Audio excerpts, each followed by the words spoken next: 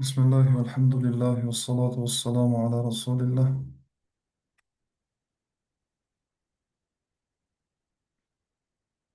الدروس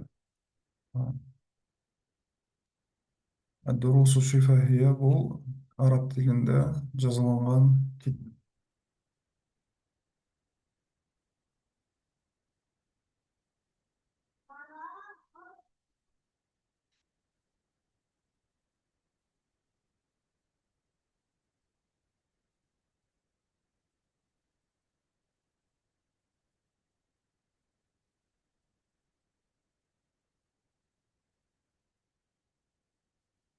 кітептің авторы Ахмад Хади Максуди деген ғалым болған. Бұл ғалым 28 апрель 1868 жылы дүниеге келген.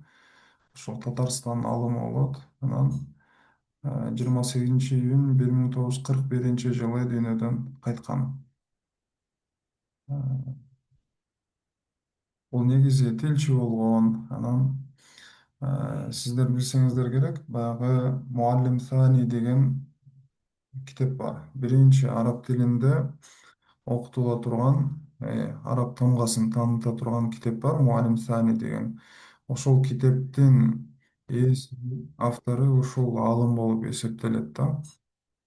Э, Ал китеп өзү канчанчы жылы?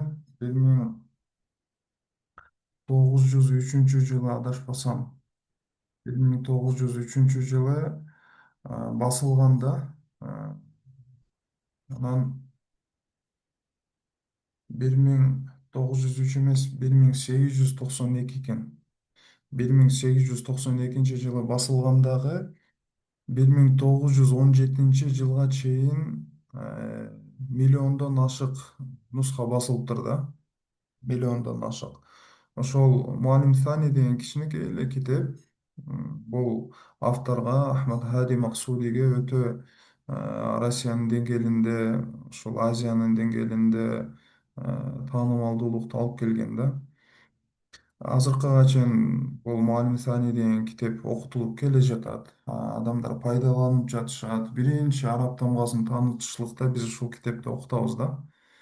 Мындан кабарыңыздар бар болсо керек, э? Жакшы.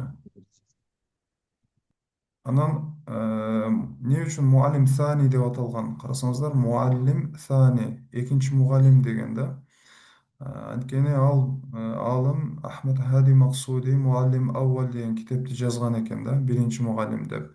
Ал татар тили, татар тилин үйрөтүүгө арналган китеп экен эле да. Башкача айтканда, бул автор биринчи өзүнүн тилин үйрөтөйүн деген экен, анан кийин араб тилин үйрөтөйүн деген экен да. Ошон үчүн өзүнүн тилин үйрөтүүчү китепти Муаллим Аввал деп, анан араб тилин үйрөтүүчү китепти Муаллим Сани деп атаган экен да. Бул ошол аалымдын Муаллим Сани деген китеби белгилүү. Анан ошол Ад-Дурусу Шифахия деген, мынау азыркы биз окуй турган китеп да бул белгилүү да. Андан башка да китептери бар. Мизанул Афкар деген китеби бар да. Ошон үчүн биз баягы китептен алдын бул автор тууралуу бир аз айтып кетишибиз жакшы болот да. Ошол автордун атын баардыгыңыздар жаттап алыңыздар. Ахмад Хади Максуди деген аалым болот да. Бул алым молдонун үй бүлөсүндө төрөлгөн экен. Молдонун үй бүлөсүндө төрөлгөн дагы ошол Казань тарапта Таш суу деген жерде төрөлгөн экен да. Андан кийин ошол баягы 1881 жылы ошол жакта Казанда медресеге тапшырган экен. Аны бүтүрүп кичинекей класстарга, мугалимдерге сабак берип, андан кийин ошол 1892 жылы ушул баягы мен айткан Муаллим Аввал деген китепти, бул баягы алипе да, ошону чыгарып, андан кийин ушул Муаллим Сани деп араб алипесин чыгарып, айттым, 1917 жылга чейин миллиондогон ушул нуска чыгарылган экен. Өтө белгилүү китеп болуп кеткен экен да. Анан ошол баягы ал учурда болсо жадидизм өнүгүп жаткандыктан ошол Исмаил Гаспринский деген адам болгон. Ошол Буну чакырган дагы ошол Крымга, ошол жакта дагы сабак берген деп айтылат да. Анан кийин ошол кайра 896 жылы Казанга кайтып келген. Кайтып келгенден кийин ал жакта өзүнүн ошол баягы жаңылоосундай методун алып баштайт да. Ушинтип отуруп, анан кийин баягы 1941 дүйнөдөн кайтат. Ага чейин негизи бул да баягы совет учурунда бир аз немеге кысымга кабылган да, сүргүнгө дагы арналган. Анан ошол 41-жылы дүйнөдөн кайтканда, кыскача айтып койдук, Ахмад Хади Максуди деген адам. Демек, Ад-Дурусу Шифахия деген китеп, бул Муалим Сани деген китептин авторунун китеби болуп эсептелет да. Так, китеп көрүнүп атат, э? А, Биз сиздер менен ушундай методду карманабыз. Дайыма китепти көрсөтөбүз. Мугалимди көрүш шарт эмес, балки толук толук алымдардын талашынан чыгуу эң жакшы ыкма болуп бул эсептелет. Анткени негизи окуучу баягы кыздарды көрбөй сабак бериш керек, эркек мугалим. Ошондой эле эркек мугалимди окуучу кыз көрсө болобу, болбойбу десе, ошондо да талаштар бар да. Анан эң жакшысы ушул талаштан чыгып, ушундай өткөн аябай сонун болот да. Бирок ошол баягы түшүнбөгөн жерлериңиздер болсо, микрофонду ачып туруп сурай бериңиздер. Анан видео баягындай немеңиздерди өчүрүп алыңыздар, видеоңуздарды, анан микрофонуңуздарды да өчүрүп алыңыздар да.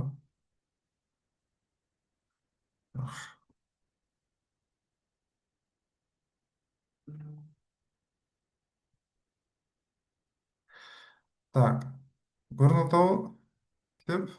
Бүгүн угулуп атат, ушундай кабар берип туруңуздар. Баягы тактык үчүн бул. Тактык үчүн. Так, баштайлы анда сабакты. Караңыздар. Бизде өзү негизи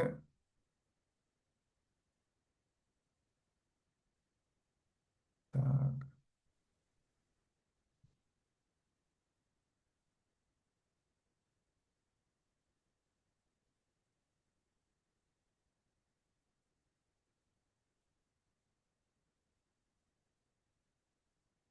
так, караңыздар.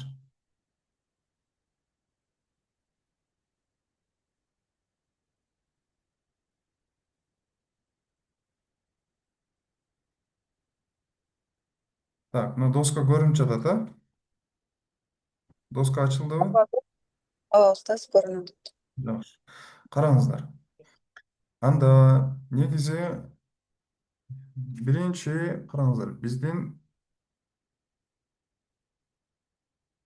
так,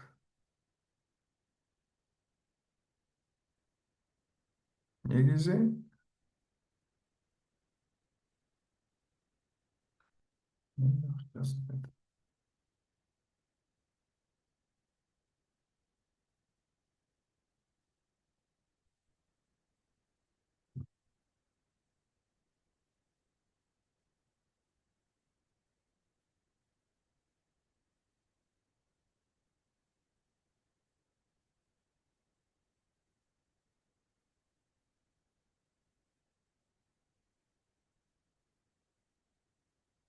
жазылбай атат. Мындай озеки айтайынчы азыр. Так, доска эмес.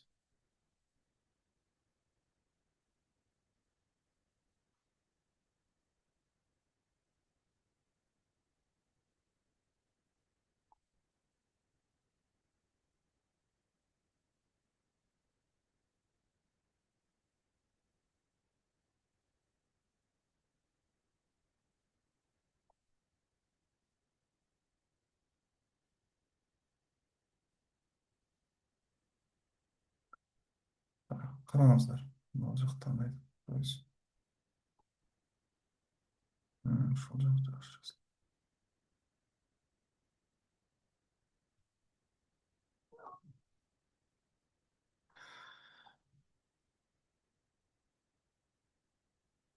Негизи ислам динин биз болсо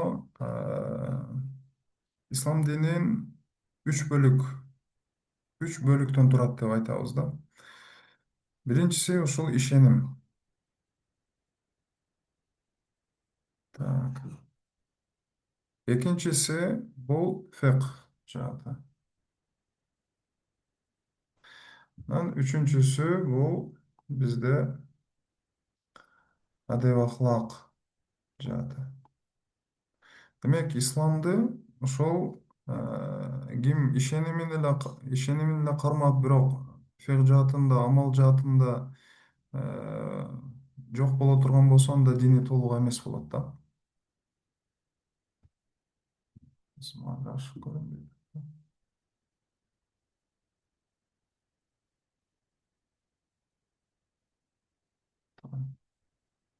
Recording in progress.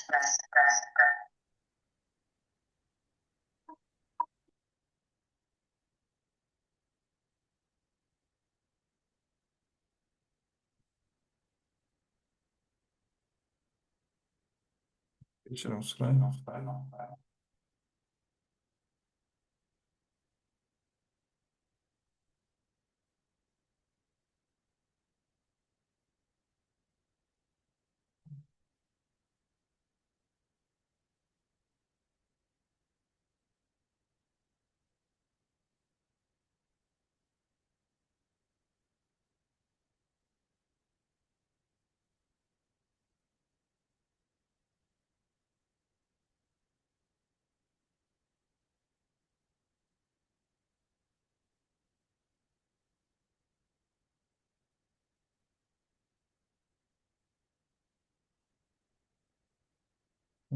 Жакшы көрсөтүп.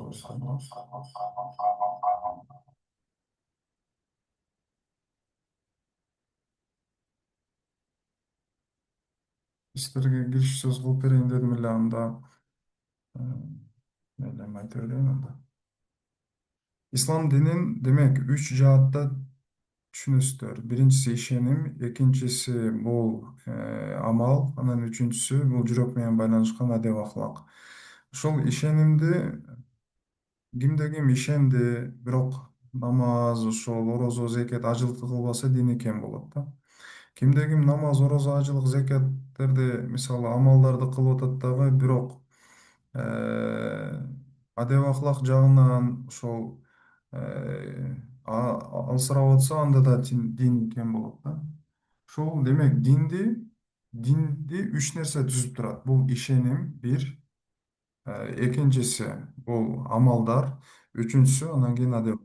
Бул түшүнүктүү, динди үч нерсе түзүп турат экенин түшүнүңүздөр. Эми караңыздар. Андан кийин андан кийин экинчи нерсе. Ушул динди биз кайсыл булактан алабыз? Динибиз ушул үч нерседен турат экен.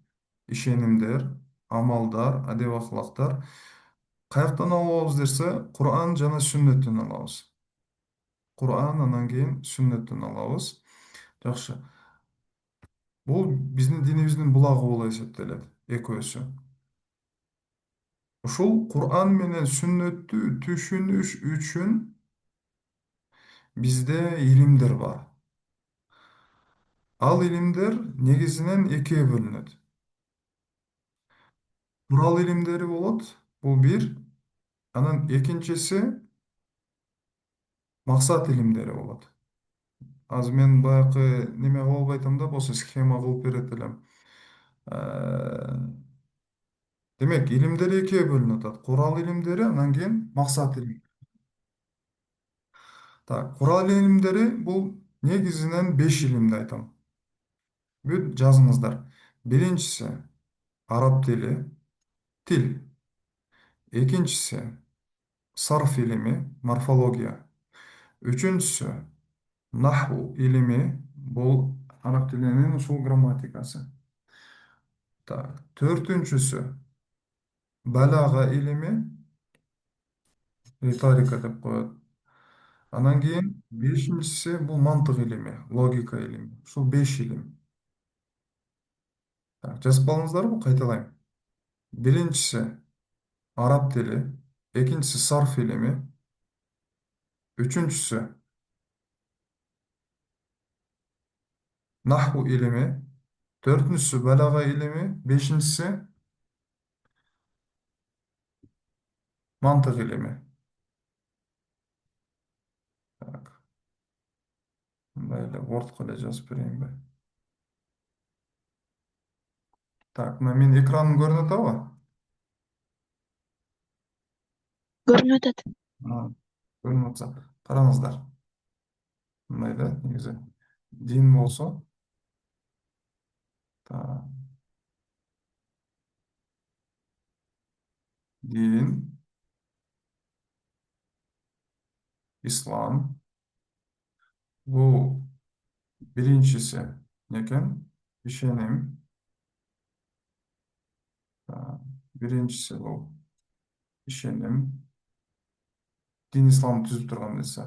Мынан кейін амалдар, мынан кейін деп ықылақ. Ушул үчөөсү дин болот да. Ушул үчөөсү бизде дин болот. Так, кимде ишеним бар?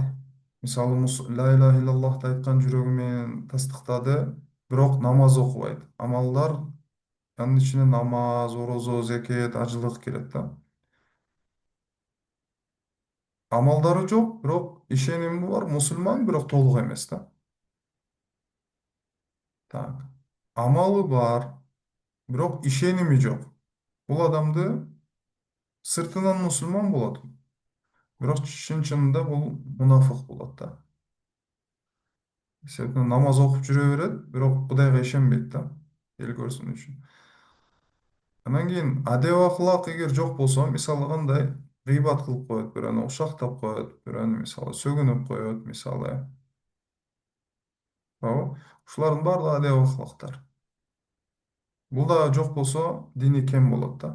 Ушул үчөөсү дин болот. Эми биз ушул үчөөнү каяктан алабыз?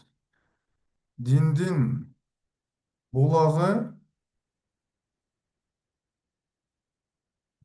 Куран, андан кийин сүннөт болот. Азыр.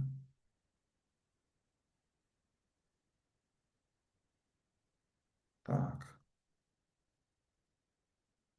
Куран, андан кийин эмне экен? Сүннөт.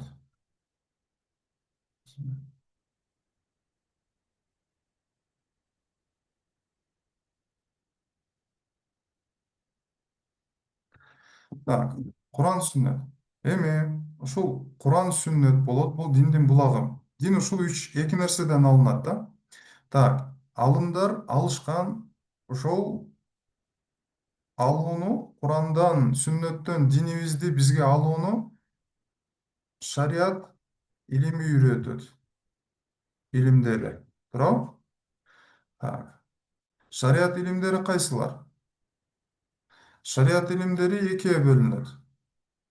Курал, шариат илимдери эки түргө бөлүнөт. Курал илимдери, анан экинчиси максат илимдери. Курал илимдери деген булар жардамчы эле илимдер да. Так, максат илимдери деген негизги илимде негизги максат кылынган илим болот. Аны менен биз ошол Куран, сүннөткө жетебиз да. Биздин максат өз негизи динибиздин булагы болгон Куран, сүннөткө жетишибиз керек да. Куран, сүннөткө эмне менен жетебиз? Максат илимдери менен жетебиз да. Максат илимдерин азыр айтабыз, ага сөзсүз курал илимдери керек да. Анда курал илимдерин түшүндүрөйүн. Так. Курал илимдери булар кайсыл болот десе, биринчиси бул араб тили. Бул илим өзүнчө курал болот. Биз азыркы китебибиз Дуруса Шифахия деген ушул араб тили боюнча да. Так. Андан кийин сарф илими. Сарф илими деген бул бир сөздөн көптөгөн сөздөрдү чыгарууну үйрөтөт. Мисалы кыргыз тилинде уруу деген сөз болсо, анан урдум, уруп жатат, урат, уруучу, урулган деген көптөгөн сөздөр бар го, бир сөздөн чыгып атат. Ошону араб тилинде сарф илими үйрөтөт да. Арабча бир сөздөн көп сөздөрдү чыгарууну. Буну кийинчерээк окуйбуз сиздер менен. Андан кийин бизде наху илими бар. Наху илими деген бул эки сөздөн, эки жандан көп сөздөн сүйлөмдөрдү түзүп, маанини башка бирөөгө жеткизиш үчүн. Мисалы Кур'анда сөздөр, пайгамбарыбыздын хадисинде сөздөрдөн ушундай сүйлөмдөр курулгандагы, анан кийин аны болсо ал маанини берип атат да. Ошол ар бир сүйлөмдөгү сөздөн, ар бир сөздүн оруну алмашуудан маани өзгөрүп кетет да. Демек, сүйлөмдөр менен иш кылууну бизге наху илими үйрөтөт. Ал эми жеке сөз менен иш кылууну бизге сарф илими үйрөтөт да. Бул экөөнү да кийинчерээк өтөбүз. Андан кийин балага деген илим бар. Бул баягы көркөм сүйлөө, ар бир учурга өзүнчө сөздү сүйлөөнү, ошону балага илими үйрөтөт. Муну дагы сиздер менен өтөбүз келечекте. Жакшы китептер бар бизде. Күчтүү мындай деңгээлге жеткире турган. Андан кийин бизде мантык бар. Мантык деген бул логика. Демек, балага деген риторика болсо, бул грамматика, бул морфология, сарф деген. Ал эми мантык деген логика. Кантип ой жүгүртүшүбүз керек биз каалаган максаттарга жетиш үчүн. Ошол ой жүгүртүүнү мантык илими үйрөтөт да. Бул илимден дагы китептерди окуйбуз. Анткени Куранды түшүнүш үчүн, хадисти түшүнүш үчүн дагы мантык илими керек болот. Так, бул Куран илими бешөө. Негизгисин айттык, бирок мындан башкалары дагы бар, бирок негизгилерин айтып атабыз. Андан кийин максат илимдери, булар кайсылар десе, эң эле биринчиси фикх, фикх илими. Фикх деген адам баласынын ар бир кыймыл аракетине баа бере турган илим. Мисалы, намаз деген бир кыймыл аракет да. Колун көтөрөсүң, Аллаху акбар деп, рүкүгө барасың, Куран окуйсуң, рүкүгө барасың, рүкүдө бир зикирлерди кыласың. Кыскасы ушул кыймыл аракеттерге баа берет. Намаз деген парыз дейт, мисалы. Дагы бир кыймыл аракет, мисалы да, арак турат, аракты ичүү. Аракты ичүү бир кыймыл аракет да. Ага фикх илими не дейт? Арам деп баа берет да. Өкүм берет да. Так, нике деген бир кыймыл аракет бар. Ал кандай болот? Мисалы, сүннөт нике. Так, кээ бир учурларда нике важип болот. Кээ бир учурларда нике арам болот, мисалы. Чындап, нике кыюу кээ бир учурларда арам болот. Буну фикх илими үйрөтөт да. Кыскасы, адам баласынын кандай гана кыймыл аракети болбосун, аны фикх илими үйрөтөт да. Так, буну билесиздер, кабарыңыздар бар болсо керек. Фикх. Андан кийин бизде ушул акыйда. Бул Кудайга кантип ишенишибиз керек. Так, пайгамбарларга кантип ишенишибиз керек. Акыретке кантип ишенишибиз керек. Ошону үйрөткөн илимди акыйда деп коет да. Андан кийин, так, тасаввуф. Бул илимде ар бир инсандын ушул мындайча айтканда адеп ахлагына, адеп ахлакка жол көрсөтөт да. Ошол мисалы тилди сактоону, тилдин кандай зыяндары болушу мүмкүн, кантип тилди сакталат, мисалы, бул дүйнөгө көз караш кандай болуш керек, акыретке кандай көз караш болуш керек. Бул негизги, мисалы үчүн күйөөсү аялына кандай мамиле кылыш керек, аялы күйөөсүнө кандай мамиле кылыш керек. Так, балдарды кантип тарбиялаш керек. Бун фикх илими айтпайт да, мынтипчи. Мындай детальдарга кирбейт. Акыйда илими деле, ишеним деле айтат. А тасаввуф илими ушундай чебер, мындайча айтканда терең кирет да. Тасаввуф илими, андан кийин бизде так, хадис илими. Бул пайгамбарыбыз саллаллаху алейхи вассалам хадистерин бизге үйрөтөт. Андан кийин тафсир. Бул Куран аяттарынын маанилерин үйрөтөт да. Караңыздар, биз негизи максат ушул 5 илимди максат кылабыз да. Так, 5 илимди эмне үчүн максат кылабыз? Кур'ан сүннөткө жетиш үчүн да, динибиздин булагы. А Кур'ан сүннөттү неге? Динибизди толукташ үчүн. Караңыздар. Динибиз өзү ислам үч нерседен турат, үч тармактан. Ал үч тармакты Кур'ан сүннөттөн алышат алымдарыбыз. Не эмне менен алышат? Илимдер менен алышат. Ошол илимдер экиге бөлүнөт. Курал илимдери курал болуп берет кадимкидей. Өзү негизи максат эмес да, башка илим үчүн курал болот. Анан максат илимдери. Максат илимдери мынау бешөө болсо, ушул бешөөгө жетүү мүмкүн эмес арабча окуу, түшүндүрүү мүмкүн эмес.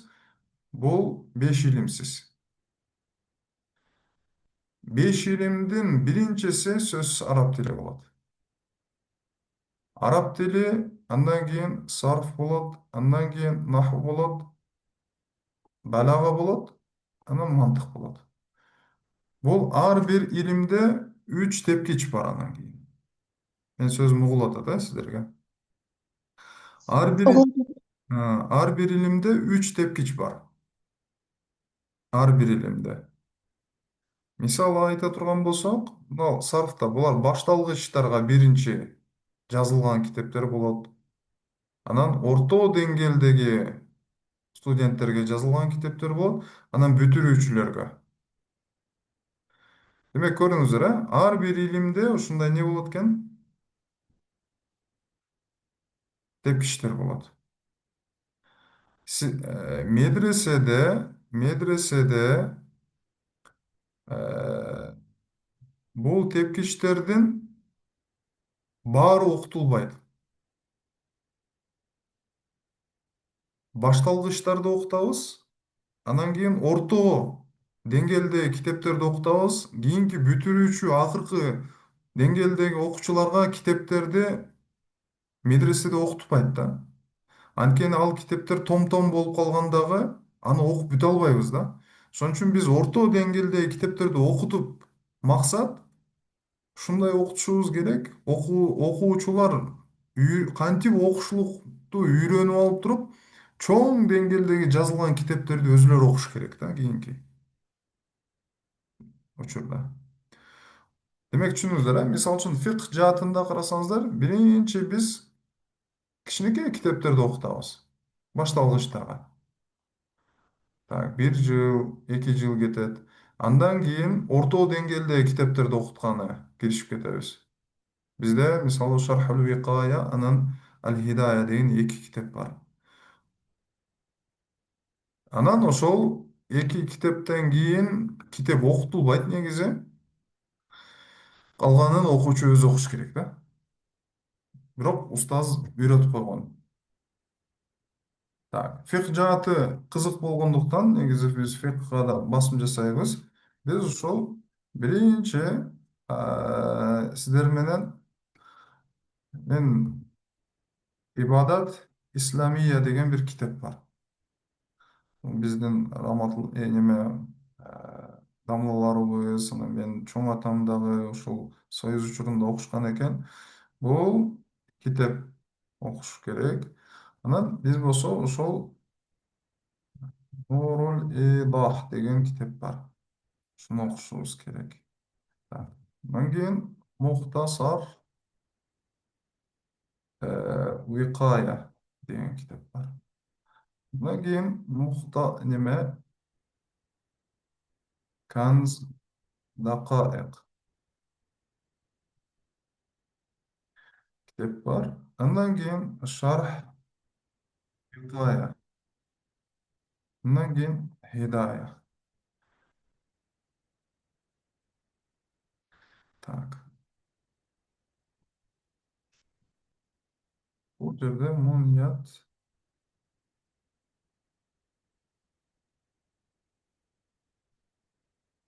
куш келет. Караңыздар, көрүнүп атат, Негизи бизде мынау бул китепти биз кыргыз тил менен, анан бул китеп экөөнү ушундай өтүп калышыбыз мүмкүн. Бирок кийин бул эки китеп Мухтасар Викая менен Канздакай араб тилинде окулат. Бул ушул башталгычтарга. Анан шархул викая менен мынау хидая бул бүтүрүүчүлөргө. Демек, эки китеп бул башталгычтарга да, бул экөөсү бул бүтүрүүчүлөргө. Ал эми бул эки китепти биз кыргызча окушубуз керек болот дагы. Анткени биз араб тилин окуп бүткөндөн кийин бул китептерге киребиз да бул. Ошол учурда баягы биз кыргыз тилибизде дагы арабчаны үйрөнө элек болсок дагы толук кыргыз тилибизде фикх менен таанышыш үчүн ушул эки китепти мен окуучуларга эме кылам да, негизи. Ушул менен бул фикх жаатынан мисалы. Тамам? Суроо барбы? Убакыт эме болот экен. Азыр биз болсо эме кылышыбыз керек. Э,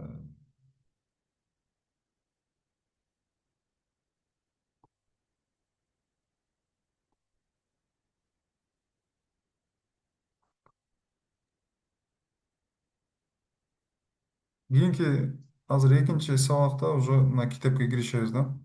Негизги китепке киришебиз. Азыр кандай суроолоруңуздар бар? Так, түшүнүктүү болду. Ассаламу алейкум. Ассаламу алейкум. Мгм. Устаз, биз ушул китептерди алып даярдап коюшубуз керекпи же пока кереги жокпу? Азыр кереги жок. Кереги жок. Учур келгенде айтабыз, буюрса. Азыр биз мынау Шифахия деген китепти негизи 4 ай окушубуз керек да. Биздин азыркы мынау баштап аткан китебибиз 4 айлык китеп болот. 4 айда эгер бүтүп алсаңыздар, аябай жакшы болот да, жакшы бүтүп алсаңыздар. Анан жакындап калганда мен айтып турам, бул китепти алып коюшуңуздар керек депчи. Мен өзүм кабар берем. Так, суроо жок болсо, анда кийинки сабак канча мүнөттөн кийин болот экен бул жакта? Өзү бир лимит бар болуш керек. Ушуну лимитти алып коебуз. Китепке киришебиз. Мына кириш сөзү түшүндүңүздөрбү? Жалпысынан бир сыра мындай түшүнүк алып алдыңыздар да, Ооба, устаз. э? Менде суроо бар. Мгм. Неме баягы баштагыч муптадилердин деңгээлин бүтүш үчүн, мисалы, сарфтан жок дегенде 12 китеп окулат деп айтылганда, мисалы, ошонун баарын бул жакта окушубуз мүмкүнбү же Жок, жок. кыскартабызбы? 12 китеп болбойт. 12 китеп бир дагы практика жүзүндө медреселерде 12 китеп окулбайт да. Максимум ошол көбүнчө 3, 4, ашып кетсе 5 китеп окулат да. Негизи баягы жакшы бир деңгээлде жетиштүү маалымат алсаңыздар болду да. Негизи. Так, бул тууралуу дагы айтып берем. Азыр убакыт аз калыптыр, э? 1 мүнөттөн аз калыптыр. Буюрса даярданыңыздар кийинки сабакка. Ссылканы жиберебиз.